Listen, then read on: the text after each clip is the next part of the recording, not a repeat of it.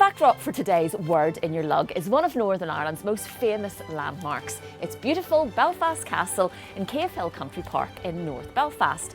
Now, of course, castles often have connotations of brave soldiers standing on the ramparts defending their territory, but this particular castle was built in 1862 as a stately home.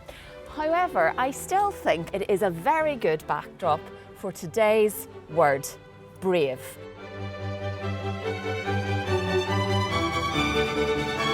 What does brave mean in Ulster Scots? Well, it shares the standard English meaning of courageous, but I think the linguistic term is it's a modifier. So people would say you're a brave, good TV presenter, or people that don't know you as well might say you're a brave, decent body.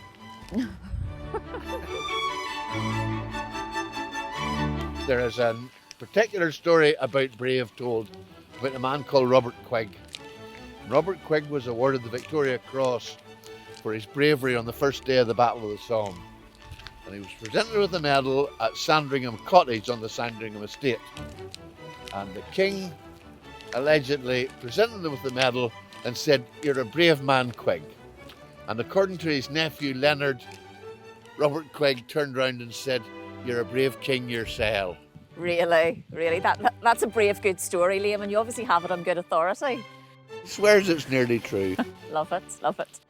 Just before we finish, Liam, can I just check another meaning of the word brave? If you've had perhaps too much to drink on a Saturday night, could it be said that you've had a brave bit? Yes, I couldn't possibly comment whether you had a brave bit on Saturday night, but if you had quite a lot to drink, people might say, Jane had a brave bit to drink.